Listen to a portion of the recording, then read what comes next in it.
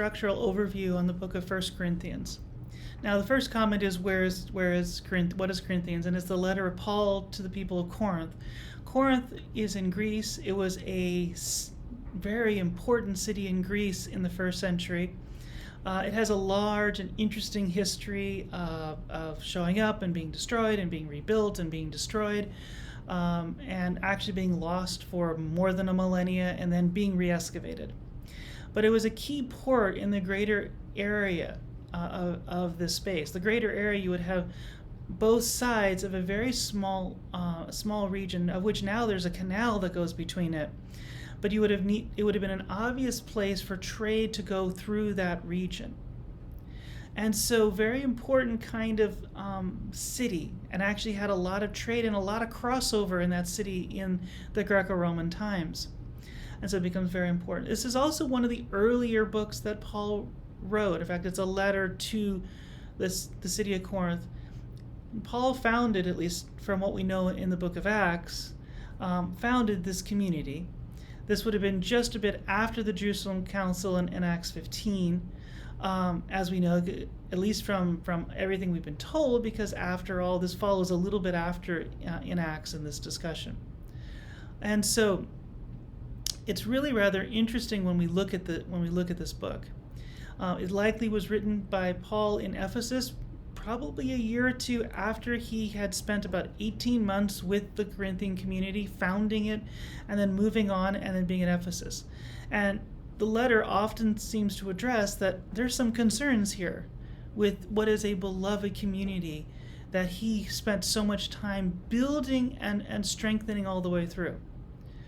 And so when you look at this book, it's a really fascinating book. It's also a book that I think confuses people. It's a letter that confuses people a lot.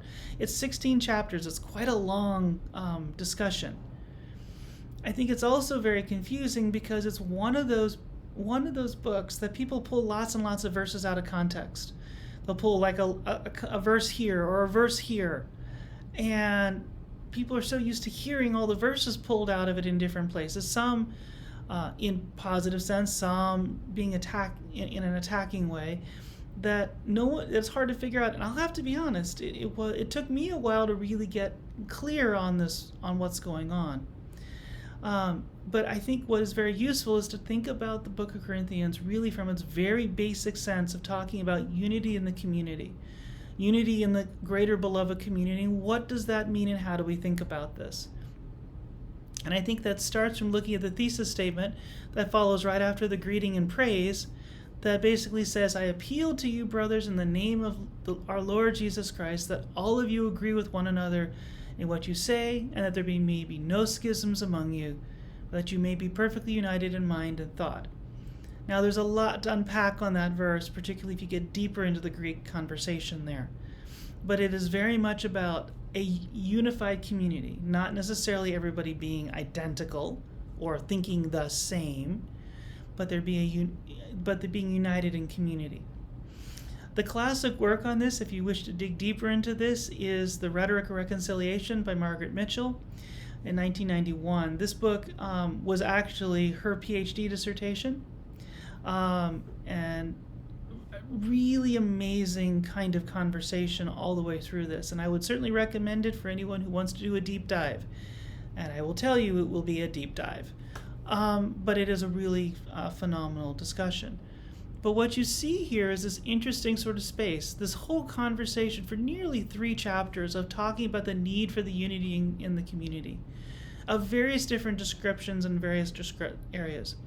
And then it begins to go through a couple different pieces. One of looking at, okay, what are the limits of this community? So there are some boundaries, potentially. And really some very difficult things. And the boundaries seem to be often the question of, well, I could do anything I want to do, so it just doesn't matter, right? And so that's where these issues come into play. And then you get into questions of there should be no lawsuits.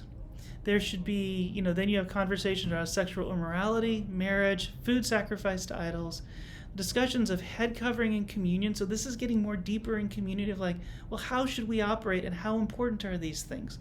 And interestingly enough, the communion part becomes particularly focused, even though lots of people like to focus on this. And then talking about unity in the community, spiritual gifts, how should we operate, how should we act, such that we're unified in the whole structure. And then finally talking about what is most important, which is the resurrection of Christ and our space, and how do we operate. And this is where this begins. And it's really interesting because you will see many different verses pulled out of context in these spaces to mean one thing or another. And by the way, don't feel bad if you see it today, or even if you've done it yourself, because this happens. Don't worry, because even people in the 3rd century, we've seen writings where they did the same thing. So this is a common thing within the Christian community. It's a long tradition, not necessarily a good one, and one that we continue to kind of build up by understanding the overall structure. And in 1 Corinthians, understanding the structure helps so much, really understanding all of the richness that's in this book.